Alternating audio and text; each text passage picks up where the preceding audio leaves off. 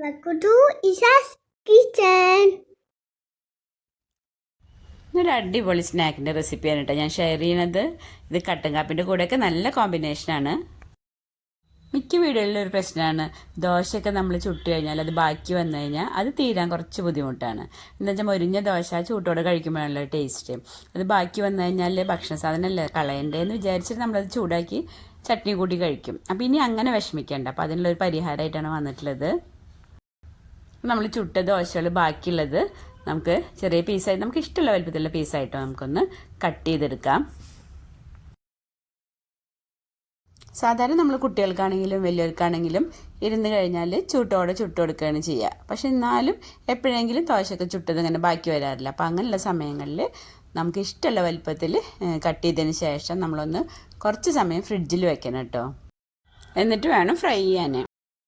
അപ്പോൾ ഞാനിവിടെ ചെറിയ പീസായി കട്ട് ചെയ്തെടുത്തിട്ടുണ്ട്. പിന്നെ ഫ്രിഡ്ജിൽ വെക്കുമ്പോൾ ഒരു കാര്യം ശ്രദ്ധിക്കണം, സാധാരണ നമ്മളെല്ലാം അടച്ചു വെച്ചാണല്ലോ ഫ്രിഡ്ജിൽ സൂക്ഷിക്കാറ്. അപ്പോൾ നമ്മൾ ഇത് വെക്കുമ്പോൾ തുറന്ന് വെക്കണം, എന്നാലാണ് നല്ല ഡ്രൈ ആയിട്ട് നമുക്ക് കിട്ടുള്ളൂ. ഞാൻ ദോശ ബാക്കിയുള്ളത് രാത്രി കട്ട് ചെയ്ത് ഫ്രിഡ്ജിൽ വെച്ചതാണ്. ഇനി നമുക്ക് ഓയിലോ വെളിച്ചെണ്ണ ഏതാണ് നമ്മൾ ഉപയോഗിക്കണമെങ്കിൽ അതിൽ നമുക്ക് ഫ്രൈ ചെയ്തെടുക്കാം.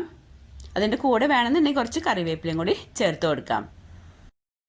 ഇപ്പോൾ മൊരിഞ്ഞ് വന്നിട്ടുണ്ട്. ഇനി നമുക്കത് എണ്ണയിൽ നിന്ന് മാറ്റാം. അപ്പോൾ ഇത്രയേ ഉള്ളൂ, നല്ല അടിപൊളി ഒരു സ്നാക്കല്ലേ. അപ്പോൾ നിങ്ങൾ ഈ ഒരു രീതിയിൽ ഉണ്ടാക്കിയിട്ടില്ലെങ്കിൽ ഒന്ന് ഉണ്ടാക്കി നോക്കണം കേട്ടോ. അപ്പോൾ ഞാൻ ഒരു ദിവസം ഒരു ദോശ ഒന്ന് ഫ്രൈ ചെയ്തെടുത്തു. അപ്പോൾ അത് മക്കൾക്കൊക്കെ ഇഷ്ടമായപ്പോൾ പിന്നെ 2-3 ദോശ ഒന്ന് ഫ്രൈ ചെയ്തെടുക്കുകയാണ്. ഇത് ഞാൻ ഗസ്റ്റ് വന്നപ്പോൾ കൊടുത്തപ്പോൾ അവർക്കൊന്നും ദോശയാണ് എന്നുള്ളത് മനസ്സിലായിട്ടില്ല കേട്ടോ.